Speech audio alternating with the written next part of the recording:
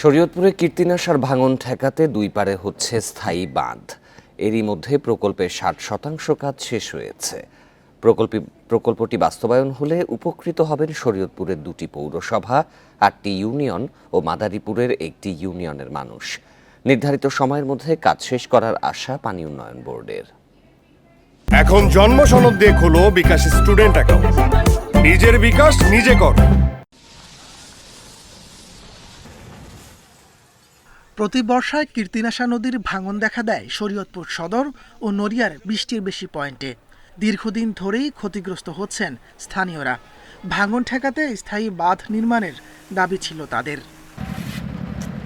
সেই দাবির প্রেক্ষিতে ২০২২ সালে বাঁধ নির্মাণের কাজ শুরু করে পানি উন্নয়ন বোর্ড। প্রকল্পের আওতায় ১১.৮৪ কিলোমিটার স্থায়ী বাঁধ, ৩.৮৫ কিলোমিটার সতর্কতামূলক নদী তীর সংরক্ষণ বাঁধ ও ২টি রেগুলেটর নির্মাণ করা হচ্ছে। এতে খুশি নদী তীরের মানুষ। প্রকল্প আকারে যেই বেড়িবাঁধটা তৈরি হইতেছে, এটা হইলে আমাদের সবার জন্য উপকার হবে। কীর্তিনাশার পাড়ের যারা রয়েছে তাদের অনেক উপকার হয়েছে, আমরা অনেক আনন্দিত। পানি উন্নয়ন বোর্ড বলছে এরই মাঝে ৬০% কাজ শেষ হয়েছে। নির্ধারিত সময়ের মধ্যেই কাজ শেষ হবে। নির্ধারিত সময়ের পূর্বেই প্রকল্পটির কাজ সব সমাপ্ত হবে। প্রকল্পটি সমাপ্ত হলে পরে কীর্তিনাশা নদীর ডান ও বাম তীরের লোকজন স্থায়ীভাবে নদী ভাঙন থেকে রক্ষা পাবে। পাশাপাশি এই এলাকাটি একটি পর্যটন কেন্দ্র পরিণত হবে বলে আমরা আশা করি।